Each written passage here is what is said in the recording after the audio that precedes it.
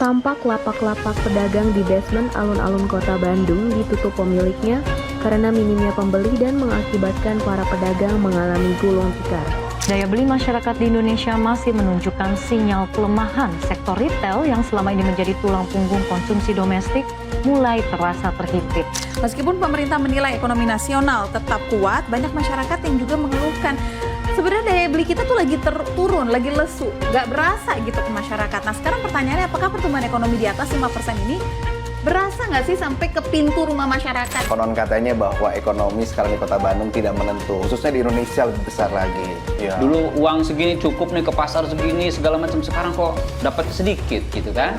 Artinya bahwa situasi ekonomi hari ini memang boleh dikatakan daya beli masyarakat sedang berat hari ini. Jadi situasi ini bukan sekedar lokal ya, bukan sekedar nasional, tapi betul-betul global. UMKM saat ini banyak yang bertahan, Ya. tapi kenapa susah naik kelas? Kesalahan dari teman-teman diantaranya adalah tidak menyadari bahwa dunia berubah. Hari ini dunia sudah berubah. Di antaranya adalah proses digitalisasi. Betul. Nah, balik lagi ke modal. Modal lagi. Saya bilang betul ya, kita butuh modal. Walaupun kalau bicara modal sebenarnya tidak hanya selalu uang. Iya. Karena uang itu pasti akan datang ketika modal-modal lain datang. Iya. Seberapa kuat sebetulnya ekonomi kota Bandung saat ini?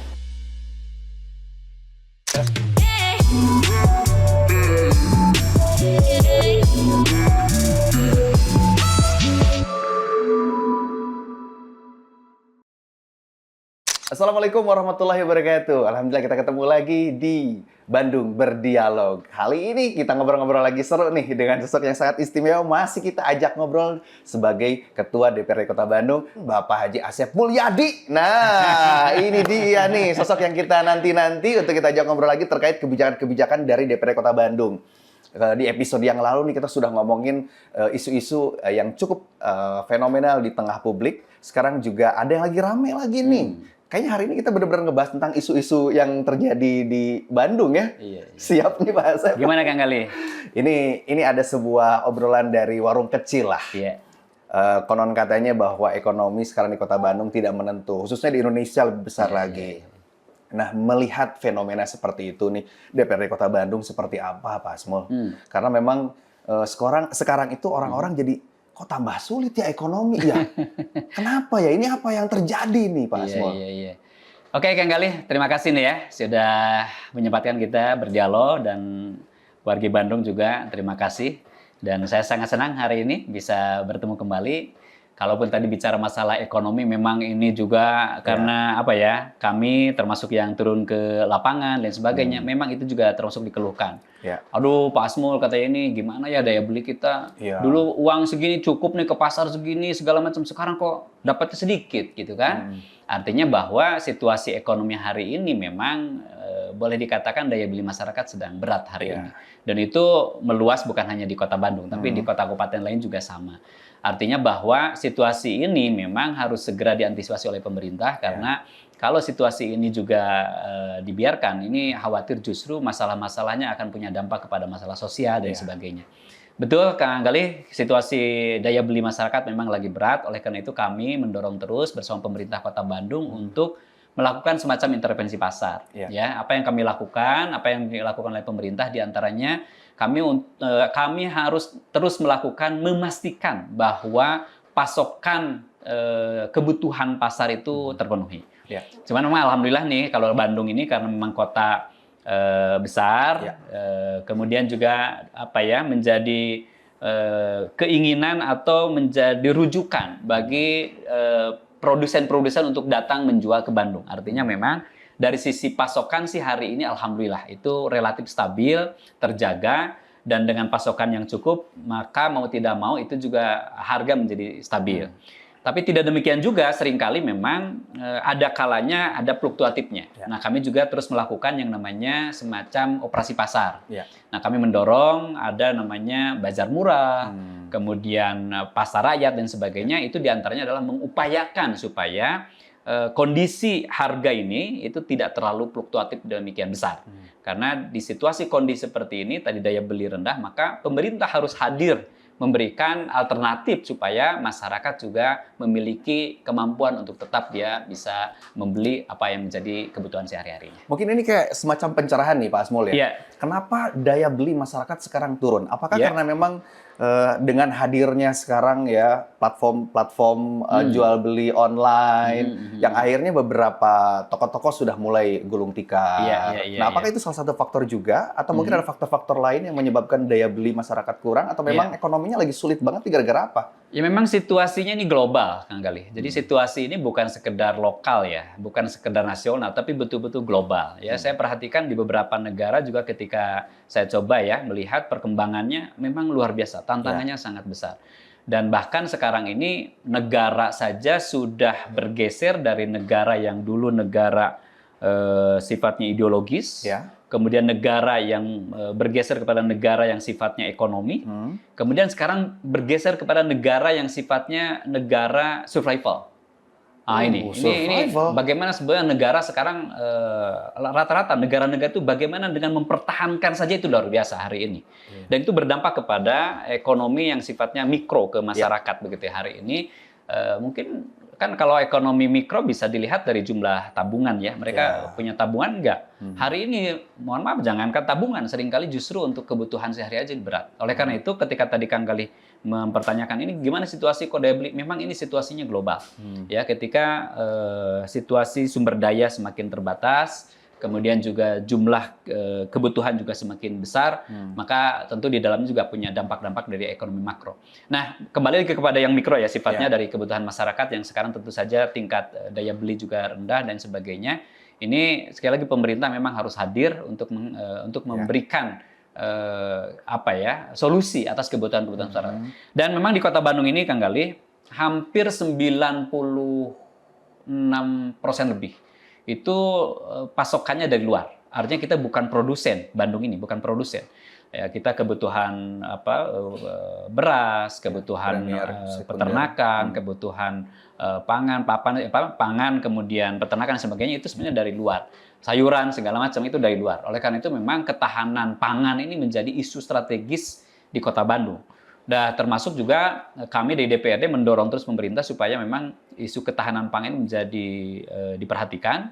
Karena kan betul hari ini pasokan cukup bagus. Tapi kita juga harus antisipasi. Suatu saat misalnya ada sesuatu kejadian segala macam, Bandung harus siap agar ketika pasokan itu terbatas, maka kebutuhan masyarakat tetap stabil dan juga harga tetap stabil. Apa yang harus dilakukan oleh warga Bandung khususnya? Tentu saja pemerintah sebetulnya ya. Pemerintah pertama harus menyiapkan semacam lumbung-lumbung pangan di situ, ya.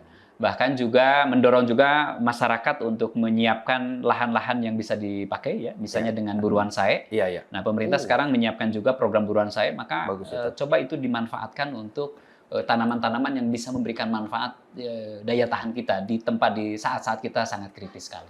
Ini ada isu menarik ini ya. Konon katanya, ini dari departemen katanya. Waduh. Di tahun 2030, internet akan mati katanya. Ini kan isu global ya, Pak Asmul ya. Jadi sekarang nanti itu katanya akan serba sulit. Jadi memang diharapkan kita tuh sudah siap untuk menghadapi itu. Termasuk pangan tadi. Kita harus punya bagus tuh ada buruan sae. Jadi memang itu dipersiapkan untuk kita persediaan di saat semuanya serba sulit.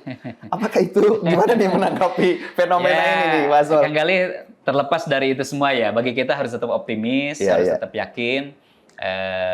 Ya kalau kejadian atau bencana alam kan bisa datang kapan saja. Kita tidak pernah tahu ya, Pak Asmul. Tapi yang paling penting bagi kita adalah menyiapkan semua potensi kejadian itu. Artinya tidak ada salahnya kita menyiapkan semua apapun yang akan terjadi. Nah, makanya salah satu tentu saja tadi buruan sae, kemudian kita juga mulai memanfaatkan lahan-lahan yang bisa kita manfaatkan tentu saja. Ya, walaupun kita di kota sebenarnya tidak ada alasan untuk tidak bisa ya. Mungkin ada ruang-ruang teman-teman yang dinding rumah, kemudian ada yang di rooftopnya ya ada buruan-buruan kecil. Itu sebenarnya bisa dimanfaatkan oleh kita. Mungkin di pot-pot yang bisa dimanfaatkan oleh kita, tapi juga kita juga harus sudah mulai kita sekarang pertama tentu saja mengatur dari pola hidup kita ya, mengatur pola hidup, mengatur pola keuangan kita. Supaya kita memang ketika terjadi apapun itu, kita memang sudah siap menghadapi itu semuanya. Dan sekarang perannya sendiri dari DPRD Kota Bandung atau pemerintah Kota Bandung, khususnya untuk menjaga stabilitas ekonomi di Kota Bandung, gimana tuh Pak? Ya, memang salah satunya dari daya beli itu adalah kemampuan masyarakat. Makanya kami selalu menyampaikan kepada pemerintah Kota Bandung, penting untuk meningkatkan kemandirian masyarakat. Itu yang tadi kita bahas tadi. Betul, karena ketika masyarakat ini mandiri, maka tugas dari pemerintah juga akan semakin ringan. Tapi ketika masyarakat itu tidak mandiri, artinya secara ekonomi juga berat, kemudian juga kemampuan ekonomi untuk memutar ekonomi jadi lemah, itu maka beban pemerintah akan semakin besar. Hari ini misalnya bagaimana tuh mengelola atau menyelesaikan terkait dengan desil 1 sampai desil 5. Ya kan pemerintah tuh ada desil 1, desil 2 sampai desil 5 itu yang berhak untuk mendapatkan dari pemerintah begitu. Ya, DTSN itu. Nah, tentu saja ini harus diupayakan. Nah, upayakan itu bukan sekedar memberi, bukan sekedar konsumtif, tapi bagaimana pemerintah harus siap di samping tentu saja untuk kepentingan yang sifatnya jangka pendek, tapi bagaimana pemerintah menyiapkan supaya masyarakat mandiri, dia untuk bisa dia mandiri. Artinya pengembangan memutarkan ekonominya, apakah itu peluang untuk usaha, peluang untuk mengembangkan usaha mikro, kecil, menengah itu harus dilakukan. Dan alhamdulillah hari ini kami juga terus mendorong pada pemerintah untuk memperbanyak semacam proses untuk pelatihan untuk masyarakat supaya masyarakat ini mulai terbuka mindsetnya bahwa banyak sekali potensi yang bisa dikembangkan oleh masyarakat, apalagi jumlah penduduk sangat besar Indonesia ini, Kota Bandung juga sangat besar, artinya kita harus mulai memikirkan dan bertindak bukan sekedar sebagai konsumen, tapi bagaimana kita menjadi produsen. Karena dengan produsen tentu saja kita juga akan memutarkan ekonomi itu. Oke, tapi dari fenomena itu Pak Asmul, seberapa kuat sebetulnya ekonomi Kota Bandung saat ini? Sebetulnya secara pertumbuhan ekonomi boleh dikatakan relatif baik ya. Artinya kalau dibandingkan dengan pemerintah di nasional, kita sebenarnya relatif lebih baik di Kota Bandung. Hanya saja seringkali bagaimana antara angka dengan realitas. Nah, gitu ya. Mungkin angka oke, itu secara makronya oke gitu. Tapi bagaimana secara mikro dirasakan oleh masyarakat? Kan masyarakat yang merasakannya gitu loh. Oke lah, pertumbuhan ekonomi bagus segala macam, tapi gua katanya susah banget ini gitu kan. Ini yang harus relate gitu. Antara angka-angka pertumbuhan ekonomi dengan apa yang dirasakan di dalam ekonomi mikro di masyarakat. Tadi saya ukur dengan jumlah tabungan, dari kemampuan masyarakat dan sebagainya. Oleh karena itu, tadi saya sampaikan bahwa penting masyarakat untuk berupaya terus bahwa membangun ini bukan sekedar infrastruktur, bukan sekedar gedung yang tinggi, bukan sekedar apa yang dilihat, tapi bagaimana justru tingkat kesejahteraan masyarakat, tingkat kemandirian masyarakat, tingkat mindset, daya pikir masyarakat untuk melihat potensi dirinya, bahwa dirinya juga punya potensi untuk berkembang, untuk baik, untuk sukses, itu yang harus didorong oleh pemerintah Kota Bandung, bahwa masyarakat Kota Bandung harus memiliki kepercayaan diri yang baik bahwa dirinya siap untuk berhasil. Itu mungkin penting juga. Wah, jadi kebijakan sosial ini penting juga ya? Oh, penting sekali. Waduh, gitu, ini kesadaran-kesadaran dari masyarakat memang dibutuhkan ya, bukan cuma pemerintah aja. Jadi kadang-kadang kita suka minta pemerintah lagi, tapi ternyata masyarakat sendiri belum bisa sadar ya Pak Asep ya. Nah, ini ada yang menarik lagi nih. UMKM saat ini banyak yang bertahan, tapi kenapa susah naik kelas? Nah, ini yang harus diperbaiki atau disempurnakan terkait dengan penanganan atau pendampingan kepada para UMKM. Ya, UMKM ini kan dia justru yang paling bisa bertahan ketika situasi krisis. Relatif ya. Kita juga dulu dibantu oleh para UMKM. Betul. Dan dia sangat baik dan sangat memiliki potensi sebetulnya teman-teman UMKM. Hanya saja seringkali teman-teman ini juga dia tidak ada proses pendampingan yang membuat mereka naik kelas. Nah, ini yang harus dilakukan oleh pemerintah. Kami mendorong pemerintah bahwa bukan sekedar mereka dilatih satu hari, tapi mereka harus dilakukan semacam vokasi, semacam inkubator bisnis yang membuat mereka dilatih dari A sampai Z-nya gitu. Ada pendampingan. Ada pendampingan. Nah, bagaimana mereka dari mulai menciptakan produk yang baik, bagaimana dari mulai packaging yang baik, bagaimana proses pemasaran yang baik, bagaimana juga melakukan proses-proses pengelolaan finansial yang baik. Ini yang juga harus dilakukan oleh pemerintah. Dan alhamdulillah di tahun ini untuk proses-proses pelatihan itu juga sudah mulai dengan sistem vokasi, dan ini mudah-mudahan dalam 2, 3 tahun, 4 tahun ke depan ini akan dirasakan jauh lebih menumbuhkan nilai kelas dari para pelaku UMKM di masa yang akan datang. Berarti ada pendampingan berkesinambungan. Itu yang harus dilakukan. Itu yang harus dilakukan. Betul, dan memang sudah dilakukan juga oleh DPRD Kota Bandung. Tahun ini, tahun ini mulai dilakukan. Tahun-tahun sebelumnya lebih banyak tadi pelatihan yang sifatnya sekali begitu ya. Nah, tapi untuk tahun ini sudah mulai dengan sistem vokasi yang berkelanjutan. Oke, dan itu dibutuhkan sebetulnya untuk Betul. masyarakat, khususnya untuk para UMKM, khususnya di Kota Bandung. Pak Asmul, Iya. apa sekarang ini kesalahan yang sering dilakukan oleh para UMKM? Ini kan kita ngelihat tadi dari point of Iya. view-nya Betul, pemerintah kan. betul. Nah, apa sih yang sering dilakukan oleh para UMKM Iya. yang akhirnya menjadikan dia tidak bisa naik kelas? Yang sering kali menjadi tantangan bagi teman-teman adalah tidak menyadari bahwa dunia berubah. Nah, ketika dunia berubah, situasi berubah, kemudian kita tidak merubah proses bisnis, kita tidak merubah proses pelaksanaan atau pertumbuhan dari sebuah bisnis, itu yang sering kali menjatuhkan kita. Karena dalam bisnis, dalam usaha teman-teman UMKM ini, maka setiap tahun dia harus terus tumbuh. Karena ketika kita tidak tumbuh atau kita tetap saja penghasilan, sebetulnya bukan tetap, kita turun gitu loh. Ya. Karena apa? Kebutuhan operasional akan semakin besar, kebutuhan SDM juga akan semakin besar, belum lagi kompetisi semakin ketat, maka mau tidak mau kita harus menyesuaikan dengan perkembangan zaman. Tadi saya bilang, kesalahan dari teman-teman diantaranya adalah tidak menyadari bahwa dunia berubah. Hari ini dunia sudah berubah. Di antaranya adalah proses digitalisasi. Betul. Itu Nah, paling ketika besar. kawan-kawan misalnya proses jual beli kemudian menggunakan sistem offline, Ya. bukan salah, tentu itu juga menjadi bagian. Apalagi orang Sunda. Orang Sunda mah pengennya ketemu gitu ya, ketemu Ya, Pak gitu, Amprok. Pak Amprok gitu kan. Ada proses komunikasi. Itu baik. Ya. Tapi bahwa pasar kan demikian luas sekarang. Iya. Ya, teman-teman, produk apapun sekarang harus disiapkan bagaimana produk ini bisa didistribusikan ke berbagai daerah. Dan pemasarannya juga harus proses dengan sistem digitalisasi. Iya. Nah, saya yakin kalau teman-teman bisa menyesuaikan dengan perkembangan zaman, terus melakukan inovasi, terus melakukan kreasi atas produk dan jasa yang dilakukan, saya yakin kita bisa terus bertahan dan terus tumbuh. Nah, tapi kalau itu dilakukan, jangan harap kita bisa tetap bertahan, bisa tetap bertumbuh, karena situasi sekarang persaingan semakin ketat. Ya. Seringkali loh, Kang Gali, kalau kita usaha, pelaku UMKM nih, kita bagus tumbuh. Pasti nanti di samping kiri kanan kita ngikutin tuh. Nah, nggak apa-apa, proses ngikutin bagian dari proses dalam bisnis. Ya. Tapi selama kita memiliki optimis yang baik untuk masa depan, selama kita melakukan inovasi yang baru, ya, melakukan proses-proses yang baru, kita yakin bahwa kita akan menjadi leading di situ. Jadi harus upgrade diri gitu ya. Pasti.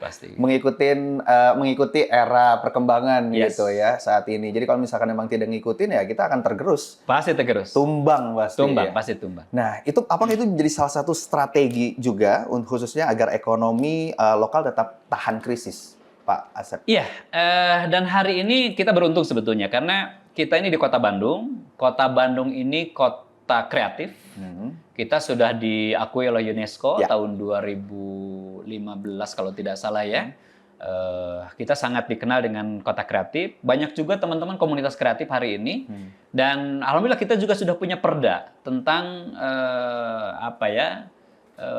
pengembangan ekonomi kreatif. Artinya beruntung sebetulnya teman-teman pelaku UMKM ya karena Bandung ini perhatian untuk pelaku UMKM terutama ekonomi kreatif itu sedemikian besar. Bahkan alokasi anggaran untuk proses tadi pendampingan, pelatihan kita juga terus dorong untuk diperkuat ya supaya memang ini jauh lebih baik. Memang yang harus disiapkan oleh kita adalah ekosistemnya. Nah, kami memang terus mendorong pemerintah kota untuk terus meningkatkan ekosistem tadi ya dari mulai tadi produksinya, kemudian juga proses pemasarannya. Tentu ada dampak lain sebetulnya. Ada misalnya proses wisata nih. Ini sebenarnya keuntungan juga buat Kota Bandung karena Kota Bandung ini juga menjadi kota wisata. Ya. Banyak sekali wisatawan yang datang ke Bandung. Sebetulnya ini menjadi hal baik buat teman-teman pelaku Daya tarik, UMKM. jadi daya tarik. Ya, oke. Ya, cuman bagaimana kita teman-teman menyiapkan produk dan jasa itu betul-betul khas ya sehingga menjadi pembeda dari produk dan jasa orang lain. Itu mungkin yang paling penting buat teman-teman. Ini nih yang unik tuh pembeda. Iya. Ya, kadang-kadang kita tidak bisa melihat bahwa yang kita lihat di bisnis itu adalah bisnis yang mainstream aja. Iya. Justru keunikan dari Kota Bandung ini bisa menjadi pembeda dan daya tarik untuk masyarakat luar agar daya beli dari luar pun atau mungkin dari kita bisa terus tertarik ya untuk bisa mengembangkan bisnis ini ya. Betul. Nah, ini keren banget ini ya. Iya. Jadi memang ada banyak strategi yang sudah disampaikan oleh Pak Asep untuk wargi Bandung semuanya dan ini bisa memotivasi untuk kita semua. Sekali lagi memang kesadaran dari masyarakat itu juga dibutuhkan ya Pak Asep ya, terkait mungkin dari di luar dari kebijakan-kebijakan yang diberikan oleh DPRD Kota Bandung. Iya.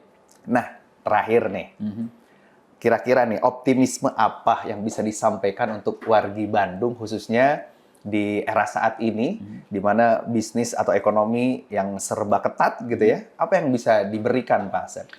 Saya sangat bahagia sebetulnya dan tetap optimis ya buat Kota Bandung. Pertama, Kota Bandung ini dikenal menjadi kota pendidikan, ya kan? Artinya memang dengan kota pendidikan maka banyak sekali teman-teman anak-anak muda terutama itu memang melingkari Kota Bandung. Ya. Artinya Kota Bandung ini sebetulnya digerakkan oleh anak-anak muda. Ya. Dan kita tahu anak-anak muda itu pasti di situ pusatnya kreativitas. Anak-anak skena, anak skena. Dan anak-anak muda itu adalah pusatnya inovasi. Iya. Dan anak-anak muda itu biasanya dia memiliki optimisme yang sangat besar. Iya. Jadi jangan katakan anak muda ketika anak muda tidak optimis. Jangan katakan Anda anak muda ketika Anda tidak punya harapan. Anak muda itu punya harapan, punya optimisme, dan selalu setiap apapun permasalahan, tantangan, ketika Anda menjadi anak muda yang tadi optimis, kreatif, kemudian punya harapan, maka insya Allah semua tantangan bisa kita selesaikan. Dan sekali lagi kami sangat bahagia di Bandung ini, selain tadi anak-anak muda, Ya. Bandung ini adalah kota kreatif, Ya. Bandung ini juga nyaman lah, sejuk gitu ya. Artinya untuk berpikir tuh enakan gitu lah ya. Iya. Tapi juga Bandung ini juga banyak dikunjungi banyak orang dari Iya. berbagai daerah. Nah, potensi ini sudah saatnya kita sekarang menjadi produsen, menjadi pengendali, bukan hanya dikendaliin sama orang gitu loh. Jadi anak-anak muda, yuk kita mulai rubah mindset kita bahwa kita sudah saatnya kita menjadi tadi ya produsen, menjadi penyedia jasa yang itu akan memberikan manfaat buat banyak orang. Tentu saja ketika kita memberikan kesuksesan buat banyak orang, insya Allah kita juga akan terbawa sukses. Gitu. Jadi sebetulnya potensinya banyak ya Pak? Banyak sekali. Tapi di Kota kesulitannya adalah, kenapa banyak orang yang tidak bisa melihat peluang itu? Bandung. Satu sisi seringkali tidak ada keberanian. Tidak ada keberanian, ya. Tidak ada keberanian. Kemudian yang kedua adalah seringkali mereka memang terbatas dari sisi relasi. Ya. Networking. Nah, teman-teman sering ke saya bilang, Pak Asmul katanya, saya mau sih usaha katanya, cuman saya modal katanya gitu kan. Nah, balik lagi ke modal. Modal lagi. Saya bilang betul ya, kita butuh modal. Walaupun kalau bicara modal sebenarnya tidak hanya selalu uang. Iya. Karena uang itu pasti akan datang ketika modal-modal lain datang. Iya. Apa itu modal yang paling penting? Pertama keberanian. Kita harus berani. Kalau yang namanya usaha harus berani kita. Tapi terukur. Ya, jangan berani nekat gitu. Tapi yang kedua juga harus punya integritas. Ya, integritas bisa dipercaya oleh orang gitu. Nah, seringkali teman-teman beraninya ada tapi tidak jujur, tidak integritas. Ya akhirnya apa? Nggak dipercaya oleh orang lain. Iya. Yang ketiga tentu saja kita harus punya namanya networking, punya jaringan. Iya. Ketika kita punya keberanian, kita punya integritas, kita punya networking, sebetulnya modal datang sendiri nanti. Tapi jangan harapkan modal datang ketika kita tidak punya integritas. Gitu. Jadi 3 poin ini menjadi pintu datangnya modal secara uang. Satu keberanian. Yang kedua adalah integritas, yang ketiga networking, nanti duit datang.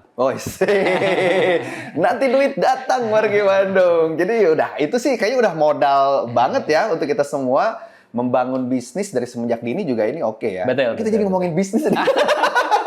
Ini lagi tugas pemerintah, ini tugas ini malah jadi masalah bisa ada Tapi bisnis. ini bisa jadi motivasi juga mungkin Pak Asmul ya, khususnya untuk wargi Bandung, bahwa dengan bisnis, membuat sebuah bisnis itu kan salah satu UKM juga kan? Iya. Yang bisa membangunkan ekonomi khususnya di Kota Bandung. Betul. Jadi mungkin kita akan sekali lagi, ini kolaborasi kembali lagi ya Pak Asmul ya. Betul, Kang kolaborasi Gali. semua pihak ya. Ya karena gini, sehebat apapun tugas dan pemerintah dilakukan, dijalankan, tadi misalnya ada program pelatihan, ada pemberian modal, apapun itu yang dilakukan pemerintah, ketika tidak match dengan apa yang dilakukan tadi mindset dari teman-teman dan sebagainya, ya ini nggak akan hanya jadi program aja gitu loh.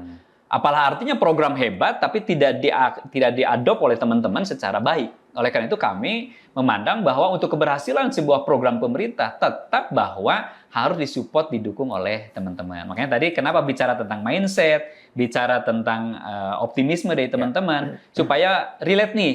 Kami di pemerintah menyiapkan program, gitu ya, menyiapkan rencana strategik untuk pengembangan kemajuan ekonomi masyarakat. Tapi yuk dari teman-teman juga siap untuk sukses gitu aja.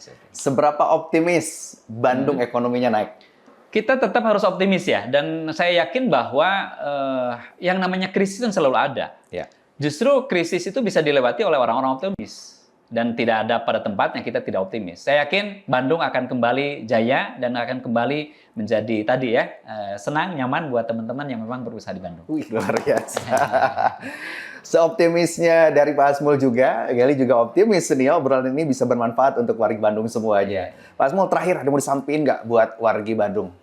Ya, yang pertama tentu saja buat pemerintah ya. Kami ingin bahwa tentu saya yang DPRD dan juga bersama pemerintah Kota Bandung ingin terus menguatkan bahwa program pembangunan ini juga menjadi penting meningkatkan kemandirian ekonomi masyarakat.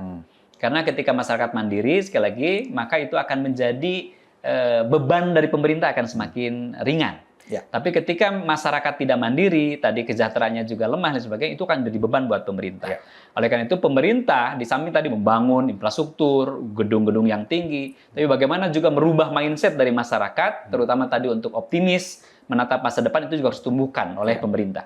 Tapi juga untuk teman-teman, anak-anak muda, masyarakat, yuk song-song masa depan ini dengan jiwa optimis tadi, bahwa setiap kita sebetulnya layak untuk berhasil. Setiap kita layak untuk sukses. Dan setiap kita nggak boleh cengeng. Ya, kita nggak boleh baperan gitu loh. Bahkan bagi teman-teman pelaku UMKM ya, tidak dibantu pemerintah juga bisa gitu loh artinya. Apalagi kalau pemerintah hadir. Nah kami di DPRD bersama pemerintah Kota Bandung terus mendorong supaya pemerintah hadir. Nah kebayang nggak pemerintah hadir, terus dari teman-teman masyarakat juga optimis, yakin, ya berjuang sekuat tenaga, maka itu akan menjadi keberhasilan yang sangat bagus untuk Kota Bandung, menjadi kebanggaan kita semuanya. Jadi keberhasilan adalah milik kita semua ya Pak Asmul ya. Betul. Dulu Insinyur Soekarno pernah bilang, kumpulkan aku 10 orang pemuda, maka aku akan guncang dunia. Saat ini tuh berbeda Pak Asmul, kumpulkan aku 10 orang mantan, maka aku akan terlatih patah hati. Gitu katanya Pak Asmul. Tapi ini menjadi penguat untuk kita semua. Insya Allah Bandung ekonominya semakin baik, bahkan semakin bagus. Harus tetap optimis insya Allah. Terima kasih Pak Asmul sudah ngobrol. Sama-sama Kang Gali, sukses buat semua. Hatur nuhun. Hatur nuhun. Sama-sama. Dan buat semuanya warga Bandung, nanti kita akan kembali lagi dengan episode yang lebih menarik bersama DPRD Kota Bandung di Bandung Berdialog. Wassalamualaikum warahmatullahi wabarakatuh. Assalamualaikum warahmatullahi wabarakatuh.